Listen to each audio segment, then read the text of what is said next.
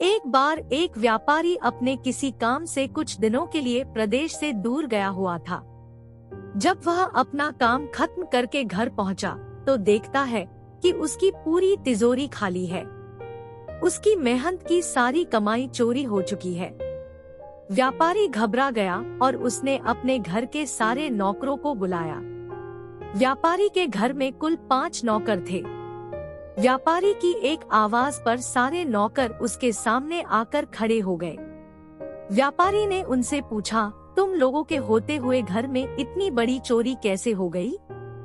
जब चोर आकर मेरी पूरी तिजोरी साफ कर गया, उस समय कहाँ थे सब के सब? एक नौकर ने जवाब दिया, हमें नहीं पता ये चोरी कब हुई मालिक, हम सो रहे थे। उसकी यह बात सुनकर व्यापारी गुस्से से आग बबूला हो उठा और बोला, मुझे तो लगता है कि तुम 5 में से किसी एक ने ही चोरी की है।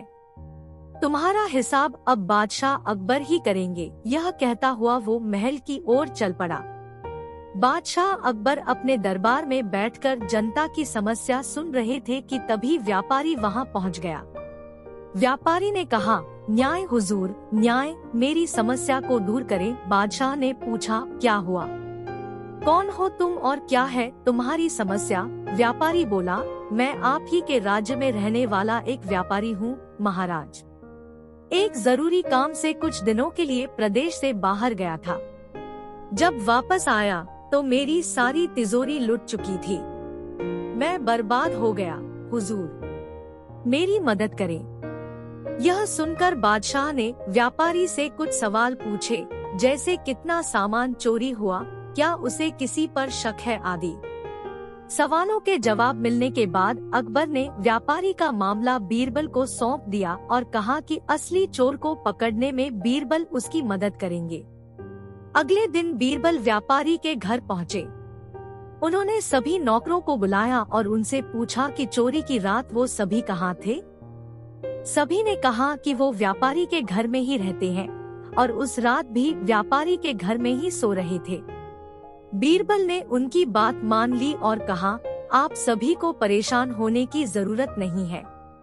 मेरे हाथ में ये 5 जादुई लकड़ियां हैं। मैं आप सभी को एक एक लकड़ी दूंगा। जो भी चोर होगा उसकी लकड़ी आज रात 2 इंच लंबी हो जाएगी और चोर पकड़ा जाएगा। हम सभी कल यही मिलेंगे। यह कह बीरबल ने सबसे हाथ में एक एक लकड़ी पकड़ाई और वहां से चले गए। दिन ढल गया। अगले दिन बीरबल फिर से व्यापारी के घर पहुंचे और उन्होंने सभी नौकरों को अपनी अपनी लकड़ी के साथ बुलाया। जब बीरबल ने सबकी लकड़ी देखी तो उन्होंने देखा कि एक नौकर की लकड़ी 2 इंच छोटी है। बस फिर क्या था? बीरबल ने तुरंत सिपाहियों को उस नौकर को पकड़ने का आदेश दिया। व्यापारी इस पूरी घटना को समझ नहीं पाया और असमंजस से बीरबल की तरफ देखने लगा। बीरबल ने व्यापारी को समझाया कि कोई लकड़ी जादुई नहीं थी, लेकिन चोर को इस बात का डर था कि उसकी लकड़ी 2 इंच बड़ी हो जाएगी और इस डर से उसने अपनी लकड़ी को 2 इंच काट दिया और वह पकड़ा गया। व्यापारी बीरबल की चतुराई से बहुत प्रभावित हुआ और उसका धन्यवाद किया। सीख, गलत काम चाहे जितना भी चतुराई से किया जाए, लेकिन वो सभी की नजरों में आ जाता है और उसका अंजाम हमेशा बुरा ही होता है।